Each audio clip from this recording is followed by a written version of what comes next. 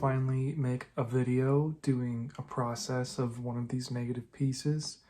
I've had a lot of comments asking for how-tos, and I will say it is not as complicated as you might make it out to be, and I'll try to make that process as simple and easy to follow as possible.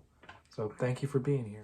So I'll just be using a smaller 8x10 canvas today just to show you how to do these negative pieces. I always start these pieces by putting a base layer of white acrylic gesso. This is the brand I use. It's just one that I got from Joann's. I've already put the base layer on. I'm just going to wait for it to dry and then we'll start our next step. As you can see, I already put the first layer of nebula clouds. And if you look at the color wheel here, so I always use this to help me determine what color it would look like in a negative setting. So in this case, we're using a bluish green,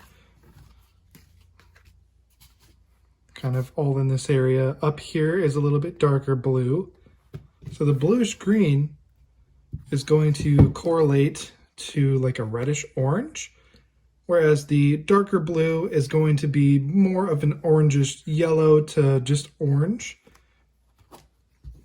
So if you look at this piece now, and if I were to turn the negative filter on like so, you'll see that it's kind of a reddish orange all in this area with a little bit, a hint of a pink to a purple, and then it's a little bit yellower up here where that darker blue is at. I always recommend using a color wheel. This is such a helpful tool when it comes to negative pieces. Basically, when you use a color wheel, the color on the opposite side of the wheel of the color that you are aiming for or looking at, that's what it's going to look like in a negative filter. And that's how I do a lot of my pieces. I also utilize the negative inverted color effect on the iPhone.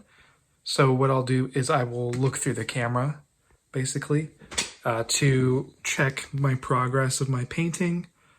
I don't do it the whole time because that's really distracting, at least for me. If that's something that you want to do, feel free to do that. There's nothing wrong with that. I just find using a color wheel a little bit easier, just so I'm not constantly looking at my camera, you know?